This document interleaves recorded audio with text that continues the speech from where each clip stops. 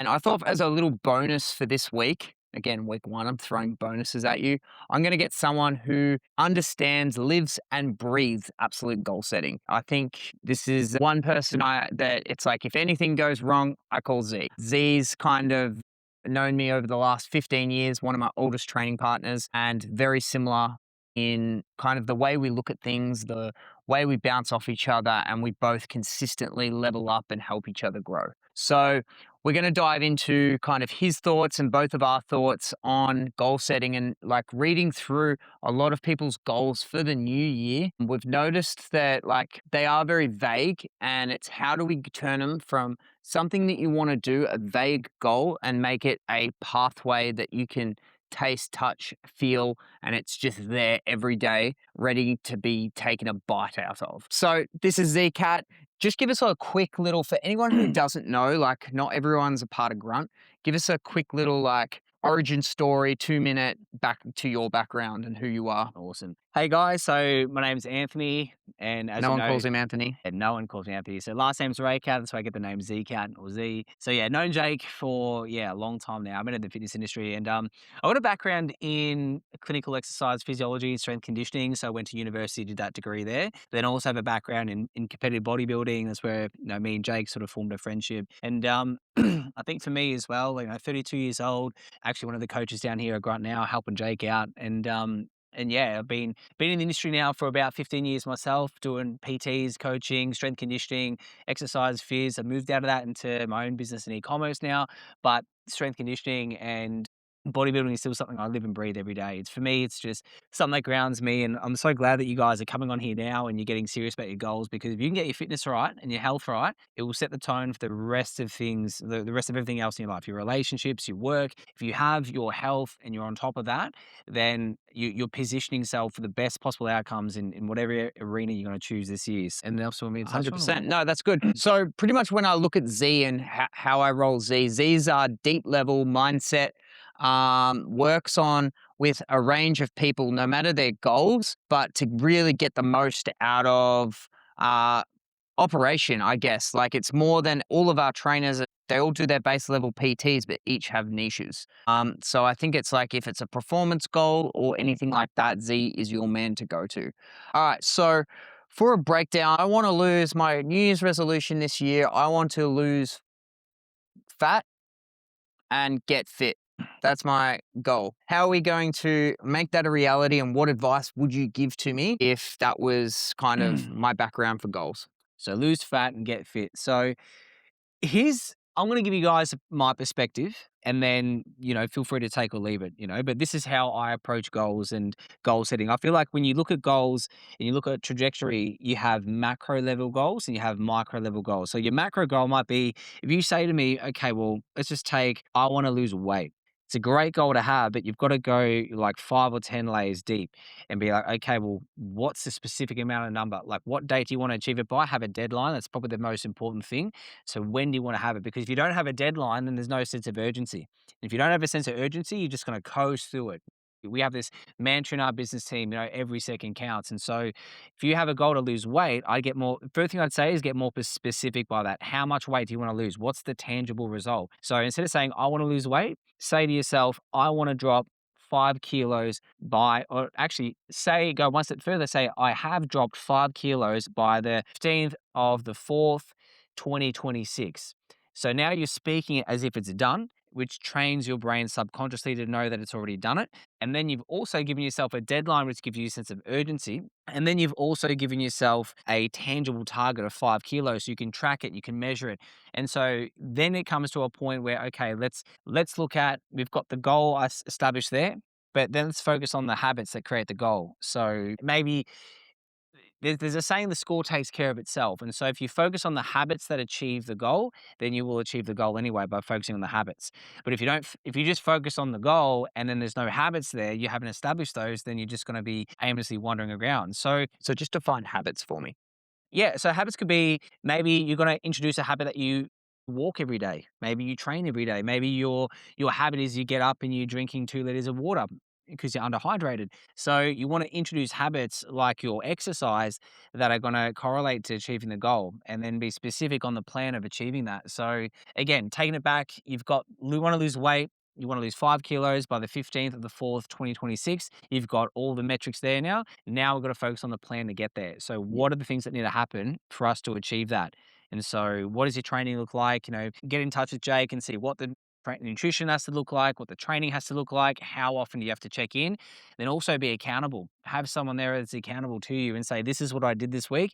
This was the plan. This is what I Mm, achieved. And your accountability ability is going to skyrocket your success rate as well. It's so easy to fall behind and slip under the radar if you're maybe you're not performing right, or maybe you feel embarrassed, or maybe one week you hit your goals and one week you didn't. But the more accountable you are, the more likely you are to follow through. So yeah. There's certain things like I like dive deeper on that is even like it's the accountability. And that's why, like I told a lot of my crew, I'm like, we've got a public group, chuck everything within that group. So it's not only being accountable to me, but everyone else. And week by week, when you're assessing and coming towards that, even if you don't make it, it's not a failure. Oh no, I didn't make it. Everyone's going to think shit of me. It's almost to a point where it's okay, we got to look at failure of not quite making it, or on the way that you have a week.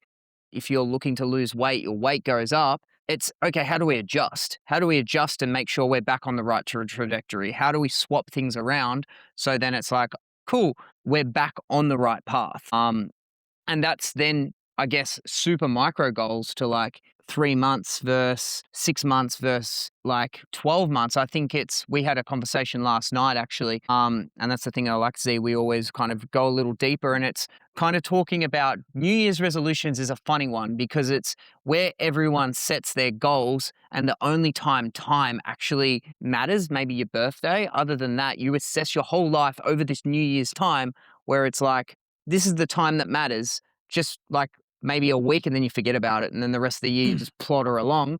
But everyone gets hyped up on this end of 25 to 26. Shit, life's fucking passing us by. We're starting to like, things are moving. I'm realizing life's moving. It's another year gone, even though it's only a week. It doesn't actually matter. But you actually realize that, which then sets this trigger off. So what I like to do, and even I've thought of it since our conversation last night, is that's why I set quarterly goals. I have a New Year's resolution on a quarterly basis, and that's every 3 months reassessing, going back, and the importance of making sure that you can adjust, you can move, and then over those kind of 4 quarters, then you can assess the total amount a year. I think another thing as well is one thing I like to say is win the day. Mm. So instead of looking at a big goal and being like, okay, I've got 3 months to achieve this, it's like every single day, just have it in, just chunk it. Don't look at the big goal. Look at just what you have to do today. And then that's all you have to do. And if you stack enough of those days in line, then the likelihood of you achieving that is going to be so much more probable. And what happens as well is if you win the day, it helps you habit stack. So you actually stack those days in between, it becomes a habit, helps solidify that habit. And then after everything, you've just been focusing on the day, but after 3, 4, 5, 6 weeks, that's already ingrained in your routine. And that's what's going to give you stability and not fall off, is having the routine and the habits there. And typically by the research shows by about the 19th of January is typically where their standard deviation curve dips, and people that have those New Year's resolutions, they slip back into old habits. So getting that first 3 weeks of the year and really locking into those habits and winning the day is going to be crucial for you guys as well. I like that. I think where I break that one step deeper is like by 19th, you've already forgotten about your habits. And like I can relate that to you guys is like drinking. How many of you guys overdrunk, got absolutely wasted, wake up the next day, I'm never drinking again. 2 weeks later, I was like, I completely forgot about that. Straight back on it. Like it's happened so often, and it's very similar where people are like, oh, of course. I don't know why I forget about goals. And then it's like you have a look at something like that, and it's just like how quick we forget things. And then you get to like, you don't pick it up until like next New Year's, where then you're like, shit, I remember my goal from last New Year's. Well, that didn't happen. Maybe we'll just push it into the next one. So they are good key points. Time. I want you to touch on a little bit. I don't know if you do it or thought about it a lot, but adding emotion into your goals. 100%. You have to create an emotional pull to your goal. And one thing I like to do is write the goal that I have, but also if you don't have a why or something behind it, then Mm, there's going to be no, like, your why is going to determine your sense of urgency. So it's kind of like, I'll give you this analogy here. This is something we use in our business team. It's like, if I was to say to you, Jake, then see that wall there, you got to, if there's $1 million on the end of that wall, you've got to, oh, actually take them out of $1 million. You have to break down that wall and you have to do it. Like, if I told you, be like, oh, there's no sense of urgency. But if I told you that your family and your son is on the other side of that wall, and if you don't mm, break it down, then you're never going to see him again. Then you'll blow up the wall. You do whatever you can, and like what that does, is it gives you why and emotion and motivation to actually do something. And it's the same with your goal setting. It's like, attach an emotion to it. So if you say to yourself, okay, I want to lose weight, why do you want to lose weight? Now, mm, ask yourself, what is the emotion I want to feel when I lose weight? Maybe it's, and like, don't just like say, I'm going to feel good. Like, actually go yeah, deep into it. Maybe, I don't know, maybe you've been your whole life, you've been overweight, or maybe someone in high school told you were fat, or maybe you got picked on, or I don't know, like, come up with something emotional that's like, you know what, when I lose this weight, I'm going to gain my self confidence back. I'm going to gain my self worth back. I'm going to gain, mm, earn my self respect. I'm gonna walk around and feel confident in my own skin. I'm gonna look in the mirror and be proud of the man I am. Like, you gotta like make it emotional. I mean, every time I train, for example, I'm always like, my why is I just want to be the best I can be. You know, I yeah, want to be strong for my family, strong for my friends, strong for my business. I know that the healthier and fitter I am, the more service I am to my friends and my business team and my family and my clients and all that sort of stuff. Like, it's not just I'm going through the motions, but you've got to really make that emotion there like strong and go deeper. And once you do that and you link the emotion to the work habit, the work doesn't seem like work. It seems like progress because you yeah. have intention when you're doing it. I like that.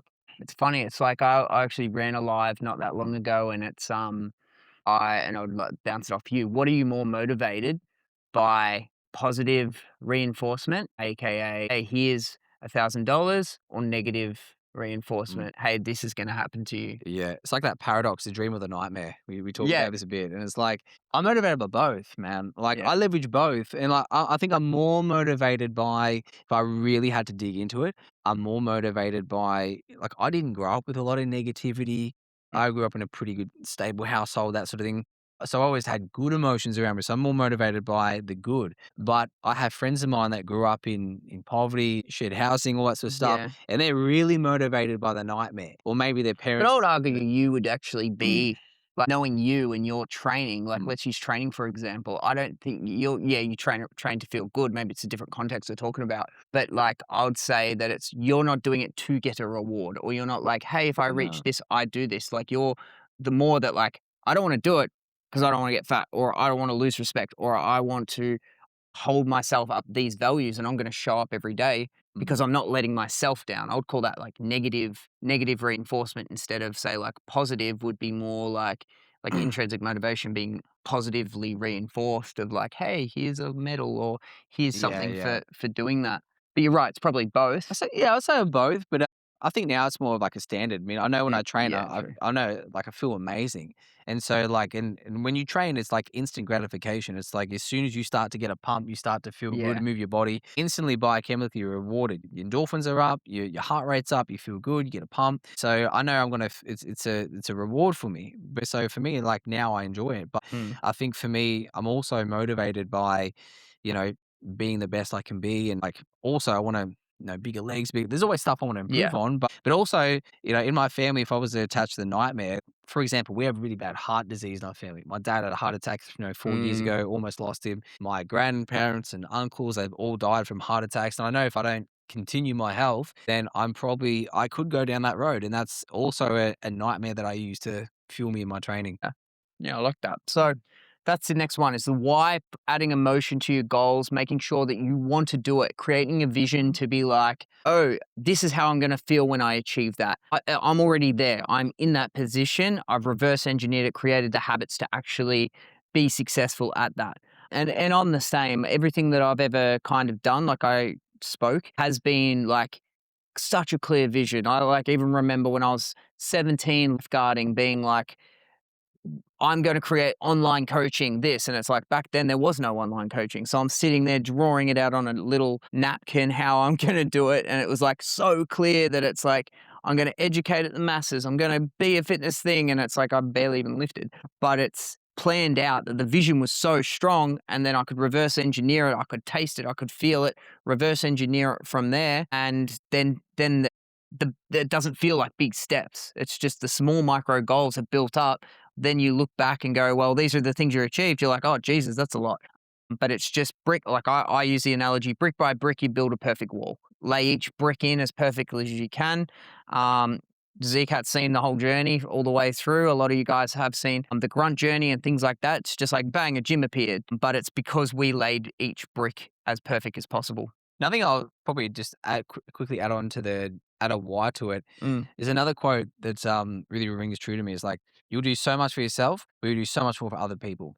And it's like, with your why, don't just ask how you're going to feel, but also like attach like other people outside of your circle. So for me, it's like maybe you're a father and you're like, well, I need to get fit because I want their kids to have a good example of a fit and healthy body. Or maybe you're in a relationship and you want to look good for your partner and you're like, you know what, my partner deserves, a like someone that looks fit and healthy and all that sort of Yeah. stuff. Like attach something to it. Or maybe you run a business and you're like, you know what, my business team deserves someone who has higher energy, is a good example in their health. Like attach others to your goal and not just yourself. And that's the thing. It's different standards. A lot of my crew have just had a 2025 funeral. So it's like, it's pretty morbid. But I came up with it. I'm just like, Yeah. all right, the old you ain't doing it anymore. Sounds It's like time for something them to to do. die. Yeah. Yeah, we had our funerals to that with our new set of goals, which means different habits all the way through. All right, we've put our goals in. I've reached my goal. I've done my 12 weeks. I've lost my 5 kilos. Now what? So now it's time to go back to the drawing board and reassess. And like one thing that you need to do after you have a season is to say it's a one thing we talk about is like 90-day runs, Yep. a 90-day goal, which is like lines up perfectly with quarterly goals. So you put in a burst of work for 90 days and then you have a week of like assessing, evaluating, consolidating what went well, what didn't go well, what are things you're proud of, what some things aren't you proud of, what can be aware for the next one, and you re-strategize and you forecast for the next 90-day run. So it's all about, getting as much data as you can and assessing how you went in the last season so you can prepare to add on to the next season. And that's probably the oh Yeah, and I just go back to, I think thinking of that is it's not all wins. And like I said before, it's not just adapting as you go, but reflecting. I think it's too many people will set these New Year's resolutions or any type of goal and then be like, yeah, cool, tick, done, sweet. All right. Without actually going back and go, okay, what was actually hard? What did I do well? Did I set my bar too low? Did I set it too high? Did it's like, for me, even when I'm setting bars and stuff, I just write things that are fucking stupid. That it's like, these are so ridiculously high. And I'd rather actually fail my goals under a 12 months because I set it too high than than make it and finish it way too easy. So I think it's the same thing as setting that bar and making sure maybe it wasn't too easy, because I think a lot of people, if we said, hey, you've got 3 months, what's your goal going to be? They undershoot it. So I think it's the way in thinking of it that you can go, all right, it's maybe you run two quarter blocks like you said, and you're like, I'm doing this fucking way too easy. Or you make your goal halfway through. Okay, double it. How far can you flip it on its head? All right, I made my 5 kilos in 3 weeks. All right, now how far can I do it? I'm still motivated to do it because yeah. I think you set yourself up for even a level of failure slash rebound slash all these things when things are too easy, or you get to it and it's like, I see it all the time when I'm face to face training people, and it's like, I'm like, all right, we're going to go hard until 250 meters. And they're going and going. I'm like, all right, counting down. They hit 250 and they stop. I'm like, well, you still got more in you. Why are you stopping there? Our innate body within a human being just wants to automatically click to just doing enough and not pushing further. So it's structuring your goals in the same way. So if you're going to actually set the goals, and then like I think the most motivating thing, what I've seen over 15 years of doing what I do, is a consistently moving bar.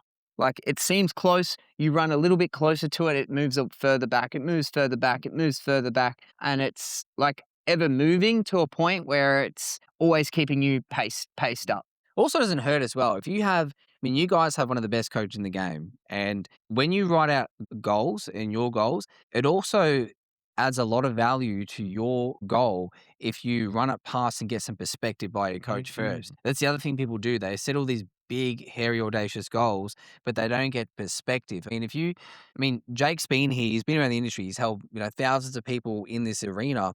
And so if you set a goal that he doesn't think is attainable, Yeah. he's going to tell you, hey, look, maybe based on what you've already done and based on where you've been, I think this is a more realistic goal and we're going to have more of a likelihood of achieving this. It's still Mm. going to stretch you, Yeah. but the last thing you want to do is set up a goal and then be in perpetual, I haven't achieved my goals. So what's the point of setting him and all that sort of thing? It's like, no, get some perspective on Yeah, that bell first, curve theory. Yeah, I like that. And that's where bell curve theory is where it's if you've got to find the sweet spot between too much and not enough. It's like I find everything progressive overload, bell curve Mm. theory, training too much versus training not enough, eating too much, eating not enough. I think all of life is a bell curve theory, and you've got to find that sweet spot that's going to keep you motivated. Know what works for yourself over time, and doing things like that. So evaluate.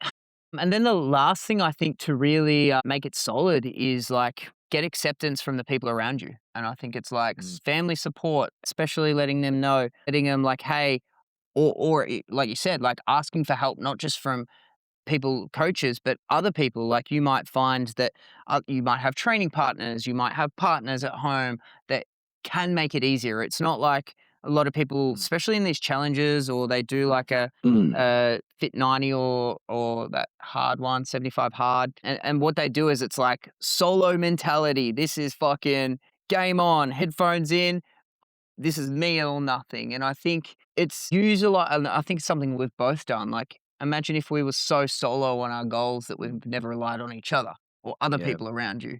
A lot of It's people can mix up independence with isolation. yeah, And yeah, that's probably a big thing you don't want to do either. Like, and kind of what you were saying there, like create an environment that is conducive to your goals and have relationships that are conducive to your goals. I mean, obviously, if one of your goals is to stop alcohol, then I would not suggest you hang yeah. out with the boys on a Friday night who are all At the they pub. do is drinking. I mean, it's just it doesn't align with the value that you set over the next 90 days. Yeah, just touching on that. Yeah, yeah. That's why we get Zkat on because he drops knowledge bombs like that. That was good. That will be clipped. So yeah, they're pretty much the breakdown of what we kind of see with goals. I think we covered it quite a lot to get deep, a little bit deeper. So reevaluate. I think if you're in a spot that you've had a look and you've created these goals and things, maybe you can be truly honest to yourself and you've lowballed yourself. Make them a bit more audacious, or maybe shoot a little higher, or slowly like add a few of those principles in. And then what you can do is like really focus, like for these guys on this 12-week challenge. And if you've set goals straight after the New Year's, don't look at them as New Year's resolutions. Look at them as first quarter one, like here to March, or break them down into certain ways. Or if you've set freaking, like if I was to set a New Year's resolution, it's got to be pretty big because I get a lot of shit done over 12 months. So it should be a big goal with smaller breakdowns on the way through to it.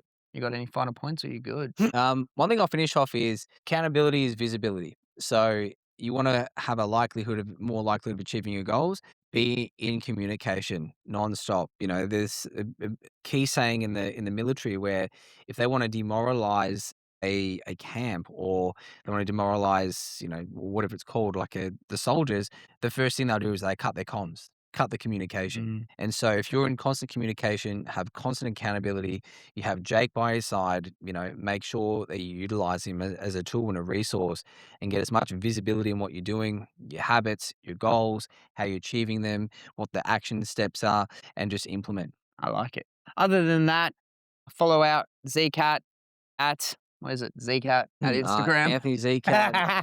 Yeah, Anthony Zcat, Instagram, Facebook is really just friends and family, but LinkedIn as well, Anthony Zreikat, Zreikat. Feel free to keep in touch. Yeah.